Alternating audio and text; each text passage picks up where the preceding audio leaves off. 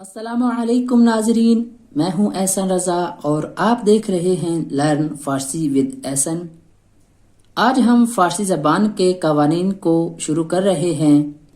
اس کتاب کا نام ہے دستور کاربوردی زبان فارسی، فارسی زبان میں استعمال ہونے والے قوانین۔ اس کتاب کا پہلا درس جملے کے بارے میں ہے۔ درس اول، جملے۔ اس درس کے کچھ اہداف ہیں، کچھ مقاصد ہیں جو یہاں پر بیان کیے گئے ہیں۔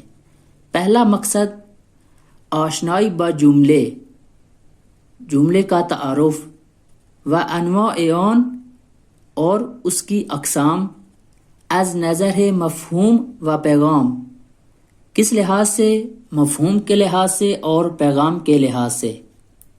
دوسرا مقصد آشنائی با جملے های ساده و مرکب، سادہ جملوں کا تعارف اور مرکب جملوں کا تعارف۔ اب ہم جملے کو پڑھتے ہیں، جملہ کیا ہوتا ہے۔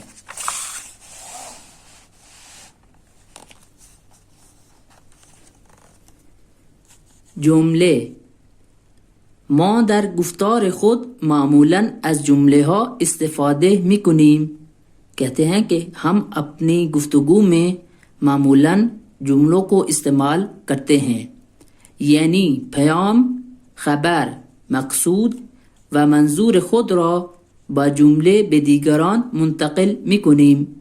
ہم پیغام کو، خبر کو اور جو ہم چاہتے ہیں اس کو جملوں کے ذریعے سے دوسروں تک پہنچاتے ہیں۔ خواہ این جملے کوتاه و کوچک باشد، چاہے یہ جملہ چھوٹا اور کم ہو، خواہ جملے طولانی و بزرگ باشد، چاہے یہ جملہ بڑا اور زیادہ ہو۔ نمونه های زیر ہر کدام یک جمله است، یہ جو مثالیں ہیں یہ ہر ایک جملہ ہے۔ پہلا، آمدم، یہاں پر جملہ ختم ہو گیا، یعنی میں آیا۔ تو رفتی، تم گئے۔ ما نشستیم، ہم بیٹھے۔ برو یعنی جاؤ۔ ما رفتیم، ہم گئے۔ شما دویدید، آپ دوڑے۔ آنها به کلاس های خود رفتن، وہ اپنی کلاسوں میں چلے گئے۔ وقتی استادم را دیدم، جب میں نے اپنے استاد کو دیکھا، خوشحال شدم، خوش ہو گیا۔ باران فراوان باعث سرسبزی صحرا و جاری شدن آب در رودها شد، زیادہ بارش سے صحرا سرسبز ہو گیا اور نہروں میں پانی جاری ہو گیا۔ اگر انسان در زمان زندگی خود برای آخرتش نکوشد، اگر انسان اپنی زندگی میں اپنی آخرت کے لیے کوشش نہ کرے، پس از مرگ، اس کے مرنے کے بعد، دیگر کسی برای او چیزی نخواهد فرستاد، کوئی اس کے لیے کوئی چیز نہیں بھیجے گا۔ ہر یک از این جمله ها پیام و معنای کاملی را میرساند، ان جملوں میں ہر جملہ جو ہے وہ اپنا پیغام اور اپنا معنی مکمل طور پر پہنچا رہا ہے۔ در واقع کامل ترین واحدی از زبان کے پیام را میرساند جملے است، یعنی جملہ ایک ایسا رکن ہے زبان کا جو مکمل طور پر پیغام کو پہنچاتا ہے۔ اس کے بعد ہے نہاد و گزارے۔ نہاد و گزارے کیا ہوتا ہے؟ ہر جملے از دو قسمت تشکیل می شود، ہر جملہ دو حصوں پر مشتمل ہوتا ہے یا دو حصوں سے بنتا ہے، ایک نہاد، دوسرا گزارے۔ نہاد کیا ہے؟ نہاد آن بخش از جمله است که درباره آن خبری یا نسبتی می دهیم۔ نہاد جملے کا وہ حصہ ہے جس کے بارے میں خبر یا نسبت دیتے ہیں۔ گزارے خبر و نسبت و مفهومی است که درباره نهاد بیان می شود، یعنی ایک خبر ہے یا نسبت ہے یا کوئی مفہوم ہے یا توضیح ہے جو ہم کس کے بارے میں دیتے ہیں؟ نہاد کے بارے میں دیتے ہیں. یعنی نہاد کی توضیح دے رہا ہے کیا چیز؟ گزارے. یہاں پر ہم مثالوں میں ٹھیک طرح سے سمجھیں گے. انسان ہمیشہ در اندیشه یہ شناخت آفریدگار خود بوده است. یہاں پر انسان کی توضیح دے رہا ہے یہ جملہ.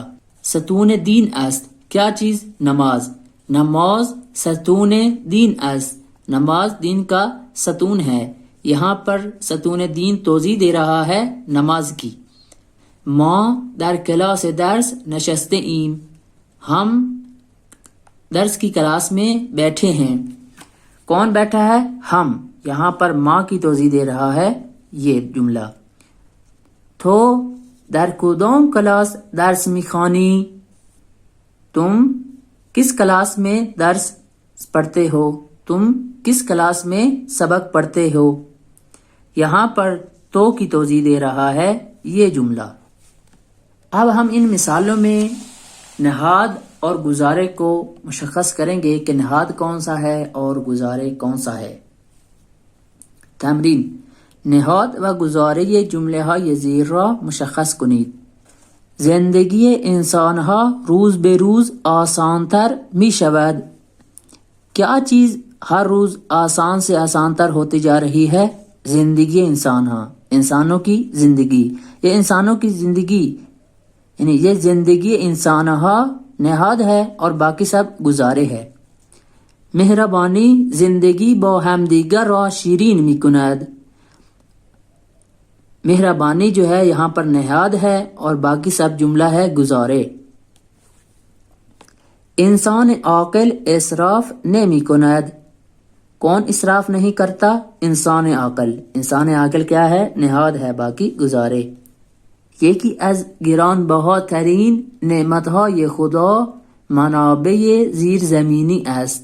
خدا کی قیمتی نعمتوں میں سے ایک قیمتی نعمت جو ہے وہ زمینی خزانے ہیں. یہاں پر منابع زیر زمینی نہاد ہے اور باقی سب جملہ جو ہے وہ گزارے ہے. تو دوستو آج کے اس درس میں ہم نے جملے کو پڑھا، جملے کی تعریف کی، جملے کی مثالیں بیان کی اور جملے کے ارکان بیان کیے ہیں کہ جملہ کن ارکان سے مل کر بنتا ہے. انشاءاللہ اگلے درس میں ہم جملے کی اقسام بیان کریں گے. انشاءاللہ ملتے ہیں اگلے درس میں. والسلام علیکم ورحمۃ اللہ وبرکاتہ.